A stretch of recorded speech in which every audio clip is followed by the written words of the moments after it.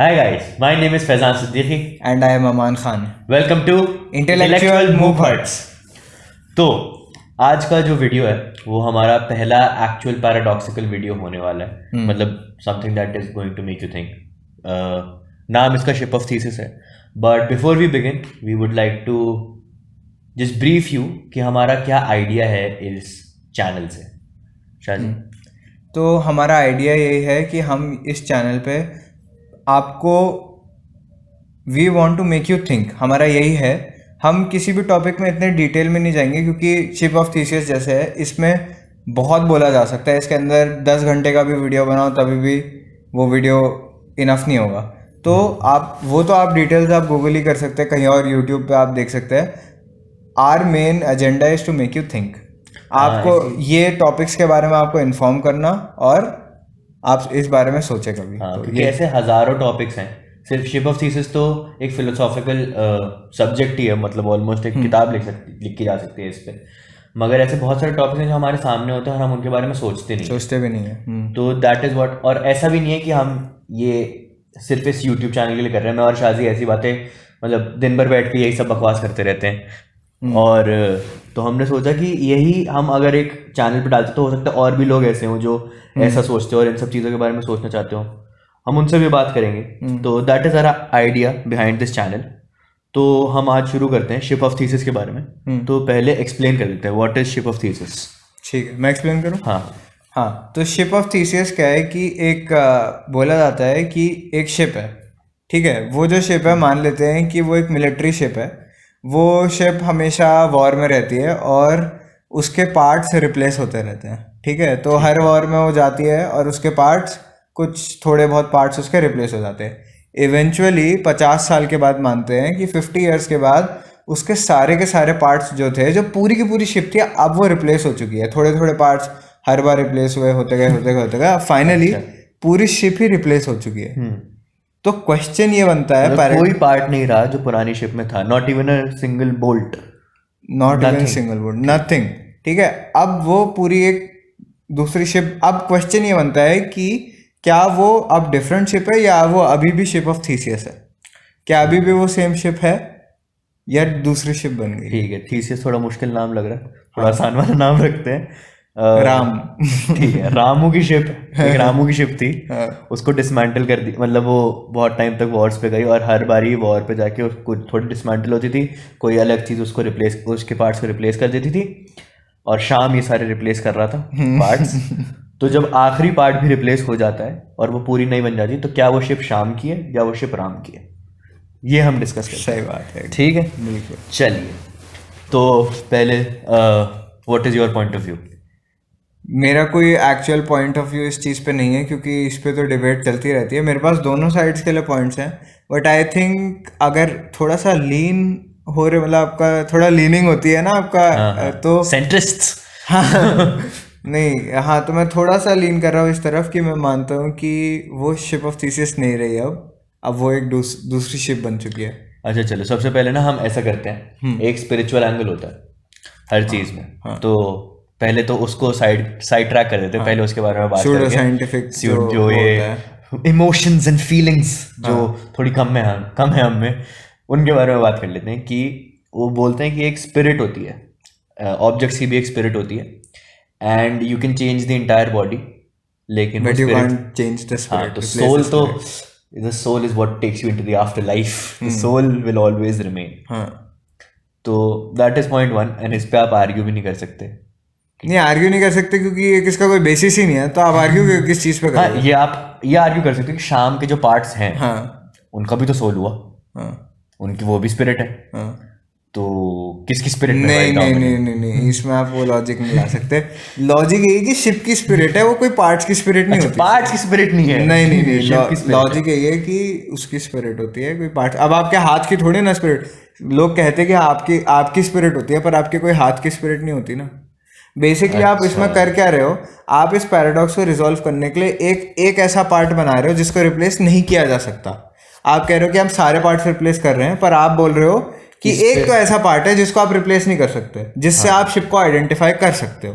आप ये कह रहे हो, आप ऐसे रिजॉल्व कर रहे हो, पर हमारे पास कोई भी साइंटिफिक एविडेंस नहीं है पर ये चलो लॉजिकल बात है, तो इस पे कोई साइंटिफिक एविडेंस की जरूरत नहीं है, पर आप इसको रिजॉल्व कैसे कर रहे हो, आप इसमें एक्स्ट्रा इन्फॉर्मेशन जोड़ रहे हो, थोड़ा ये तो मुझे सही नहीं लगता है तरीका। हाँ, मुझे सुपर नेचुरल हो गया। तो अब हम आते हैं थोड़े लॉजिकल साइड पे। लॉजिकल साइड, ठीक है, नाउ लेट अस से कि जो मेरा point of view, I would say कि ये शिप स्टिल राम की रहेगी। राम की शिप है, मतलब ये पहले वाली ship of it is the ship of Theseus because it is going on voyages, है ना। तो मान लो एक गाड़ी है, ठीक है। अब उस गाड़ी का जब एक टायर पंचर हो जाता है और मैं एक नया टायर लगाता हूँ, तो जैसे ही वो गाड़ी चलती है, वो टायर की इंडिविजुअल कोई वैल्यू थी नहीं। वो टायर एज सून एज तुम उस गाड़ी में लगाते हो, उसकी एक वैल्यू बन जाती है कि वो अब उस गाड़ी का टायर है। अब वो रिप्लेसमेंट पार्ट नहीं है, वो पार्ट ऑफ द कार है। तो स्पिरिट, मतलब स्पिरिट नहीं, लेकिन वो अब पार्ट ऑफ द कार है। अगर तुम ये बोलोगे कि टायर किसका है, ये भाई सिलेरियो गाड़ी ले लेते हैं, हमारे पास वही है, तो सिलेरियो का टायर है ये, ठीक है। और फिर ऐसे ही तुमने सारे पार्ट्स चेंज करते गए, तो जब तुम लास्ट पार्ट पे आओगे, लेट्स से कि अगला पार्ट जब तुम स्टीयरिंग चेंज करोगे, जब भी जैसे तुम अगला पार्ट चेंज करते हो स्टीयरिंग को, तो तुमने स्टीयरिंग चेंज किया है। The only new part in that car is the steering, not the tyre any more. तो जब तुम लास्ट पार्ट चेंज करोगे, अगर हेडलाइट चेंज होती है लास्ट में, तो तुमने हेडलाइट जब चेंज करी, तो बाकी पूरी गाड़ी जो है वो सिलेरियो थी, वो राम की है। हेडलाइट अभी नहीं आई है, और एज सुन एज वो एक अपना पर्पस सॉल्व कर देती है, एज सुन एज वो गाड़ी चल जाती है और वो हेडलाइट एक पर्पस सॉल्व करती है अपना, जो भी उसका उस गाड़ी की तरफ तो था, पार्ट बन जाती तो वो उस गाड़ी का पार्ट बन जाती है। और that is why I believe कि वो राम की ही गाड़ी रही, मतलब राम की ही शिप रही, शिप ऑफ थीसियस ही रही। ठीक है, तो लॉजिकल, परफेक्टली, मतलब वैलिड आर्ग्यूमेंट। पर इस पे एक और चीज़ बन सकती है कि मैं अगर आर्ग्यूमेंट को आगे ले जाऊँ, मैं बोलूँ कि एक वॉर, इतनी तगड़ी वॉर थी, यूएसए के साथ वॉर हो गई शिप ऑफ थीसियस की, तो शिप ऑफ पुतिन और इस बार यूएस और रशिया साथ में ठीक है। तो क्या हुआ कि शिप ऑफ थीसियस पूरी ही डिस्ट्रॉय हो गई। अब क्या हुआ कि शिप ऑफ थीसियस का सिर्फ एक सिंगल बोल्ट जो था वो बच गया, बाकी पूरी शिप ऑफ थीसियस डिस्ट्रॉय हो गई, राम की शिप पूरी डिस्ट्रॉय हो गई।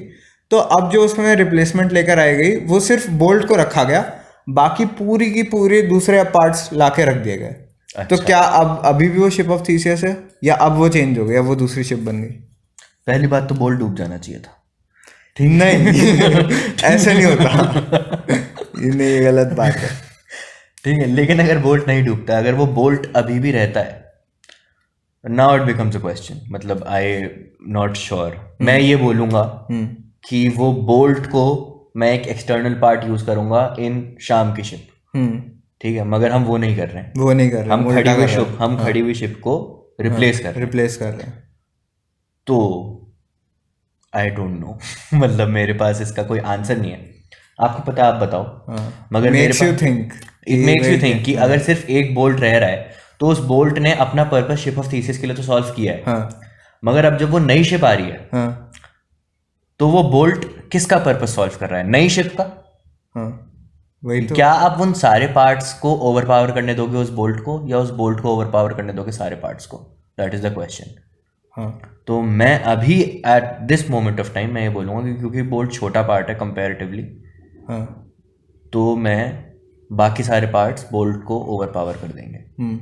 पर मेरे लिए, मेरा इस पे ये ओपिनियन है कि मेरे लिए ये भी चीज़ मैटर करती है कि कौन सा पार्ट कौन सी लोकेशन पे हुआ है। आप समझ रहे हैं कि जैसे शिप ऑफ थीसिस यहाँ पे पार्क थी, मान लेते हैं यहाँ पे थी, और इसका एक बोल्ट यहाँ पे था। अब आप सारे के सारे पार्ट्स ट्रांसपोर्ट करके कहीं और से लेकर आए गए हैं और इस लोकेशन पे असेंबल किए गए हैं अगर, तो मेरे हिसाब से अभी भी शिप ऑफ थीसियस है, क्योंकि यहाँ पे शिप ऑफ थीसियस का होना चाहिए था। अब वहाँ पे दूसरे पार्ट्स आके खड़े हो गए हैं, तो अब जो चीज़ बन रही है वो मेरे हिसाब से शिप ऑफ थीसियस ही है। पर अगर ये वाला जो बोल्ट था इसको उठा लिया जाता और इसको यहाँ दूसरी वाली किसी शिप में लगाया जाता, तब तो रिप्लेसमेंट पार्ट बन, तो वो रिप्लेसमेंट पार्ट बन जाता, वो किसी और शिप का पार्ट बन गया। अभी क्या हो रहा है, अब वो बाकी सारे पार्ट्स शिप ऑफ थीसियस का पार्ट हो रहे हैं, क्योंकि एक सिंगल बोल्ट है जो शिप ऑफ थीसियस को रिप्रेजेंट कर रहा है। अभी बाकी सब तो डिस्ट्रॉय हो गया, पर वो बचा, है ना। अच्छा, इस पे एक और मैं आर्ग्यूमेंट को और फर्दर ले जाना चाहूँगा। अब क्या होता है कि अब जब शिप को रिप्लेस कर रहे होते हैं, वो लेकर आ रहे होते हैं, पार्ट्स लगा रहे, एक बोल्ट बच गया और वो सारे के सारे पार्ट्स लगा रहे, तो उस टाइम पे वो बोल्ट भी टूट जाता है गलती से, तो वो बोल्ट भी एक दूसरा नया लगा देते हैं। तो अब क्या हुआ, 100% of the ship has been replaced तो ship all at once. Let's say memory जो ठीक है, है। मेमोरी रही नहीं शिप के पास अब कोई, तुम ये कह रहे हो? तो सारे पार्ट्स अगर बदल दिए जाते हैं ऑल एट वंस, क्योंकि पहले सबसे पहले जब हमने आर्ग्यूमेंट किया तो over a period of time हुआ ये सब, तो आपने एक आर्ग्यूमेंट रखा विच वॉज परफेक्टली लॉजिकल, ठीक है। उसके बाद अब हम बात कर रहे हैं कि सब कुछ एक साथ चेंज हुआ, तो उसको किसी भी पार्ट को अपना पर्पस कंप्लीट करने का मौका नहीं मिला, उसको किसी वॉयज पे जाने का, उसको शिप ऑफ थीसियस का पार्ट होने का मौका ही नहीं मिला। हाँ किसी भी पार्ट को। ठीक। तो अब एक साथ वो रिप्लेस हो गए सारे के सारे, 100% of the ship has been replaced with replacement parts. तो अब क्या वो शिप ऑफ थीसियस है या नहीं है?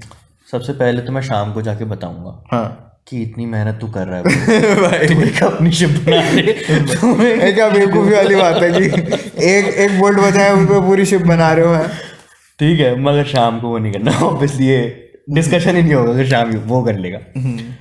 तो अगर वो आ रहा है और वो शिप पूरी बदल रही है, अगर 100 मैं इसको ये बोलूँगा, अगर हम सिर्फ लॉजिकली सोचें और सिर्फ दिमाग से सोचें और हम ये मेमोरी और वॉयज और पर्पस इन सब चीज़ों की बात ना करें, तो आई वुड से अगर 50% से ज़्यादा शिप आप चेंज कर रहे हो तो नए पार्ट्स शुड ओवर पावर पुराने पार्ट्स, और अगर उससे कम हो रही है तो पुराने पार्ट्स ओवर पावर द नए पार्ट। मतलब इतने ही थ्योरी आप बना सकते हो, बाकी आप सिर्फ सोच सकते हो कि क्या होगा। तो that is all that we had to do. मतलब हमने एक क्वेश्चन, मतलब ये 3-4 पॉइंट ऑफ व्यूज हैं शिप ऑफ थीसियस के बारे में, we've put all of them in front of you and we just want you to think. तो let us know. और इस पर मैं एक और चीज़ ऐड करना चाहूँगा कि हम बाय नो मीन्स हम इस टॉपिक पे एक्सपर्ट नहीं है, बस हमको इन सब चीज़ों के बारे में डिस्कस करना पसंद है, और हमको जो लगता है वो हमने आपके साथ शेयर किया है। और मतलब आपको अगर कुछ डिफरेंटली लगता है तो आप कमेंट्स में बता सकते हैं कि भाई क्या आपको कैसा लगता है, और हम उसको In fact, we can get you on a Google Meet someday and talk to, मतलब if we relate to what you're saying, तो मतलब काफी इंट्रीगिंग टॉपिक्स हैं ये सारे, और ऐसे हमारे पास भतेरों हैं। हाँ। अभी तो हम थोड़ा डर रहे हैं रिलीजन पे बात करने सही में ठीक है कि भाई कोई भी आके हमें कभी, हमारे घर वाले मार सकते हैं हमें तो इसलिए हम थोड़ा डर रहे हैं तो लेकिन आफ्टर अ वाइल हम उस पर भी बात करेंगे। तो या that is about it for this video. See you guys in the next one. Like, share, subscribe, and stay tuned to Intellectual Movements.